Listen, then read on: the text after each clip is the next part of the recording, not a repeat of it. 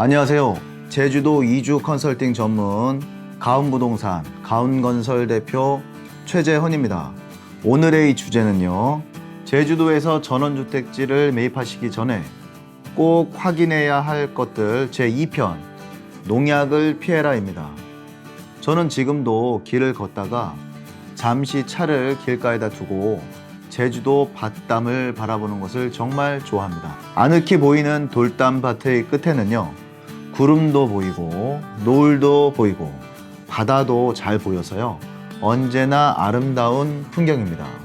그런데 저만 이런 것이 아닌 것 같습니다.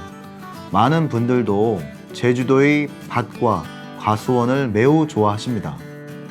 하지만 보는 것과는 다르게 과수원이나 밭 한가운데에 집을 지으려 한다면요, 농약을 피하셔야 한다는 사실을 아셔야만 합니다.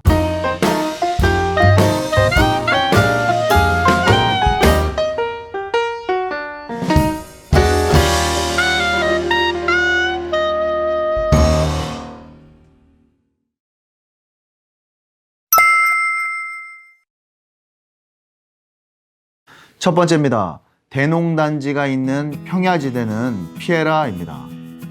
제주도는 옛날에 차조, 그러니까 시장에 가시면 조 중에서 노란 조 말고요, 거뭇거뭇한 조를 보셨죠? 이것이 바로 차조입니다. 제주도민은 예전에 밭에서 수확한 차조를 농사해서 주식으로 했다고 합니다. 넓은 평야지대가 없고 특히나 화산섬이라는 특성상 비가 내리면 땅으로 모두 스며들어서 해안가 인근에서 용천수로 솟아나오기 때문에 물길을 틀고 또는 가두고 열어서 농사를 짓는 벼농사는요, 지을 수가 없었기 때문일 텐데요. 여러분들은 넓은 제주도 밭은 보셨어도요, 넓은 논은 보셨을 수가 없으셨을 겁니다. 하지만 제주도도요, 농사를 짓는 곳이 있어서 간단하게 말씀을 드리고 본 주제로 넘어가도록 하겠습니다. 바로 서귀포시 호근동에 있는 한온 분화구입니다. 한온 분화구는요, 동서 1.8km, 남북 1.3km에 이르는 타원형의 화산체 그 자체입니다. 평탄하고 용천수가 나와서 16세기 때부터 벼농사를 지었다고 전해져 내려오는데요. 여기서 한온이라는 뜻은요, 한이 큰, 아주 크다는 의미하기 때문에 큰 논을 뜻합니다. 제주도에서는 이렇게 넓은 들판은 볼 수가 있었지만 큰 논은 볼 수가 없었기 때문에 육지에 비하면 너무나 작고 작지만 제주도에서는 충분히 붙여질 만한 이름인 것 같습니다. 이렇듯 제주도에서는 논을 찾아볼 수는 없지만 제주어로 난들, 즉 넓은 들판이라는 지역명의 대농단지가 있습니다. 이곳 한가운데에 집을 지으시거나 거주를 하신다는 것은 바람직하지 않다고 생각이 듭니다.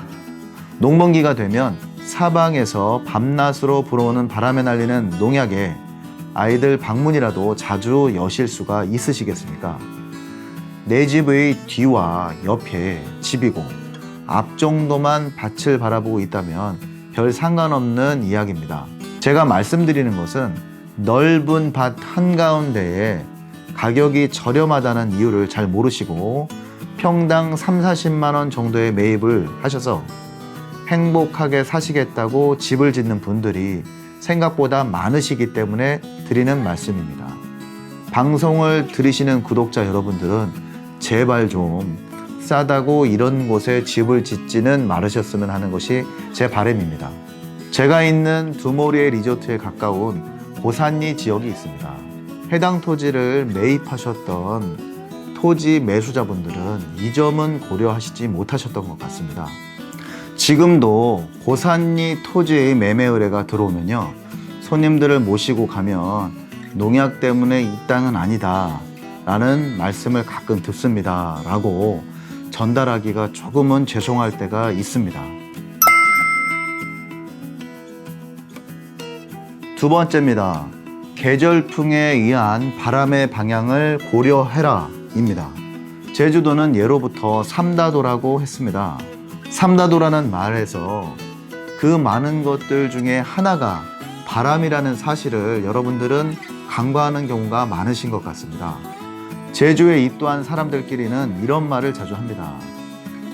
전망, 한 번이라도 제주도에서 겨울바람을 겪어보면 이런 이야기는 쏙 들어간다 라고 말합니다. 입도 예정자분들은 내가 집을 짓고 살 토지를 매입하실 때 바람이 많이 불어오는 곳이라도 뷰를 포기하실 수가 없다면요, 건물의 방향으로 바람을 막고 정원을 아늑하게 만드셔야만 합니다. 또한 옆집 과수원이 북서쪽이나 남서쪽에 3,000평 이상 노지 감귤밭을 재배하고 있다면요, 이런 곳은 조금은 고려를 해보셔야 한다고 생각이 듭니다. 그나마 비닐하우스에서 재배를 하는 망감류 종류들은 농약을 뿌릴 때 바람이 분다 하더라도요, 내 토지로 날아들 확률은 줄어든다고 말씀드릴 수가 있는데요. 비닐하우스 붙은 토지나 또는 주택은요, 제주도에서는 전망을 망치기 때문에 또 그리 추천할 만한 토지가 아닙니다. 또한 토지주들이 늘상 말하는 조금 있으면 비닐하우스가 없어진다, 이제 연세가 드셔서 농사 조금밖에 못 짓는다, 이런 말씀들은요, 믿지 않으셔야 합니다. 그냥 앞으로도 그 자손도 계속 쭉 비닐하우스를 농사를 짓는다, 이렇게 생각하시는 편이 훨씬 현실적입니다. 세 번째입니다. 내 집은 주변의 토지보다 좀 더 높게 지어라 입니다. 주변의 산면이 과수원에 둘러싸여져 있다 하더라도 내 건물을 조금만 위로 올리면 농약을 마실 확률은 현격하게 떨어진다고 할 수 있습니다. 한마디로 한적한 제주도다운 제주도 농촌 분위기를 포기하실 수가 절대로 없으시다면요, 내 토지를 최소한 2m 정도는 위로 올리란 말씀입니다.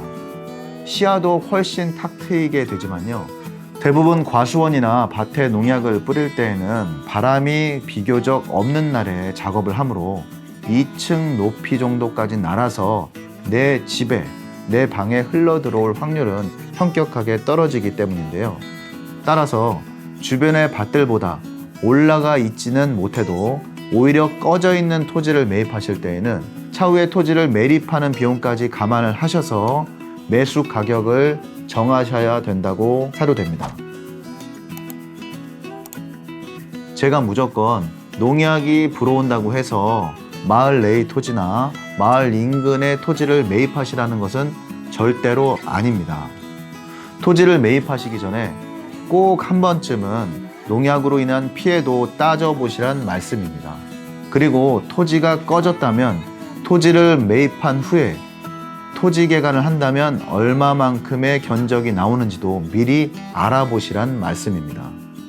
미래에 건축을 한다면 토지 모양과 앉을 건축물의 위치가 그 지역의 일조량과 바람 방향에 적합한지를 꼭 따져보셔야 한다고 저는 생각을 합니다.